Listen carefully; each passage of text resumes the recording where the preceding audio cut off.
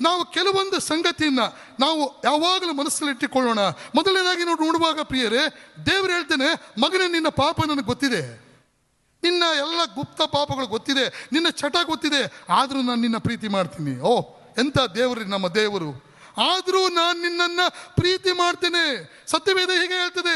ನೀವು ಇಬ್ರಿಯರಿಗೆ ಬರೆದ ಪತ್ರಿಕೆ 4ನೇ ಅಧ್ಯಾಯ 13ನೇ ವಚನದಲ್ಲಿ, ನಾವು ಯಾವಾತನಿಗೆ ಲೆಕ್ಕ ಒಪ್ಪಿಸಬೇಕಾಗಿದೆಯೋ ಆತನ ದೃಷ್ಟಿಗೆ ಸಮಸ್ತವು ಬಟ್ಟ ಬಯಲಾಗಿಯೂ ಅದು ಮರೆಯಾದದ್ದಾಗಿಯೂ ಅದೇ.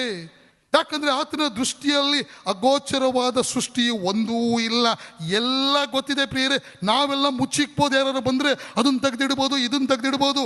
ಆದರೆ ದೇವರಿಗೆ ಪ್ರತಿಯೊಂದು ಸಂಗತಿ ಗೊತ್ತಿದೆ. ಹಾಗಾಗಿ ಹೇಳ್ತೇನೆ, ಮಗನೇ ನಾನು ನಿನ್ನ ಪ್ರೀತಿ ಮಾಡ್ತೇನೆ. ಸತ್ಯವೇದದಲ್ಲಿ ಒಂದು ಸುಂದರ ಮಾತು. ನೀವು ರೋಮಾಪುರದವರಿಗೆ ಬರೆದ ಪತ್ರಿಕೆ 5ನೇ ಅಧ್ಯಾಯ 8ನೇ ವಚನ ಹೇಳ್ತದೆ, ನಾವು ಪಾಪಿಗಳಾಗಿದ್ದಾಗಲೂ ಕ್ರಿಸ್ತನು ನಮಗೋಸ್ಕರ ಪ್ರಾಣ ಕೊಟ್ಟದರಲ್ಲಿ ದೇವರು ನಮ್ಮ ಮೇಲೆ ತನಗಿರುವ ಪ್ರೀತಿಯನ್ನು ಸಿದ್ಧಾಂತಪಡಿಸಿದ್ದಾನೆ.